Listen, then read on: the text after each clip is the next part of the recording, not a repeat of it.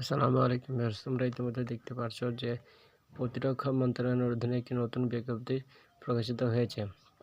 তো এই বিজ্ঞপ্তিতে কত বয়স এবং কি শিক্ষাগত যোগ্যতা, কত টাকা আবেদন ফি লাগবে, আবেদনের সময়সীমা কত, সেই সম্পর্কে আলোচনা করব। তো এই সকল কিছু জানতে সম্পূর্ণ ভিডিওটি দেখতে হবে। চলুন ভিডিওটা শুরু করা যাক।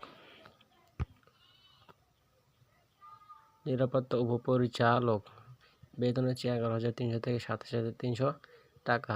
শিক্ষাগত যোগ্যতা কোনো স্বীকৃত বিশ্ববিদ্যালয় হতে স্নাতক বা সমমানের ডিগ্রিতে অর্জন করতে হবে। সহকারী অধীক্ষক বেতন হচ্ছে 11,000 থেকে 26,590 টাকা। শিক্ষাগত যোগ্যতা কোনো স্বীকৃত বিশ্ববিদ্যালয় হতে স্নাতক বা স্নাতকোত্তর ডিগ্রি এবং মাইক্রোসফট অফিস এবং ডাটাবেজ সহ কম্পিউটার চালানোর দক্ষতা থাকতে হবে। কম্পিউটার অপারেটর বেতন হবে 11,000 থেকে 26,590 টাকা।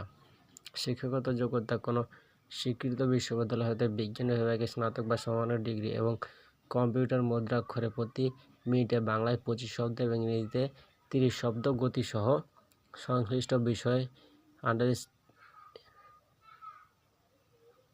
স্ট্যান্ডার্ড অ্যাটিটিউড টেস্টে উত্তীর্ণ হতে হবে। লিপিকার কাম কম্পিউটার অপারেটর 11,000 থেকে 26,590 টাকা বেতন স্কেল। শিক্ষাগত যোগ্যতা কোনো স্বীকৃত বিশ্ববিদ্যালয়ের ন্যূনতম ও দ্বিতীয় শ্রেণী বা সমমানের সিজিপিএতে স্নাতক ডিগ্রি থাকতে হবে। কম্পিউটার চালানোর দক্ষতা থাকতে হবে।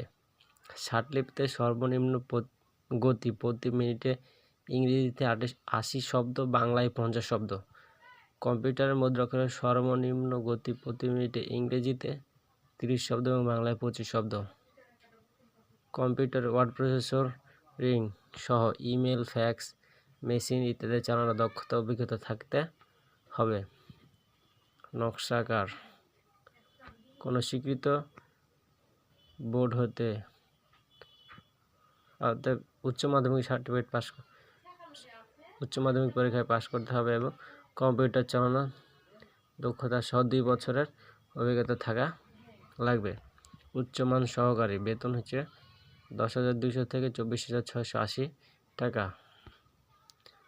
এখানেও সমমানের ডিগ্রি বা স্নাতকোত্তর পাস করতে হবে। কম্পিউটার চালানোর দক্ষতা কম্পিউটারের মুদ্রাক্ষরে সর্বনিম্ন গতি প্রতি মিনিটে ইংরেজি 30 শব্দ এবং বাংলা 25 শব্দ।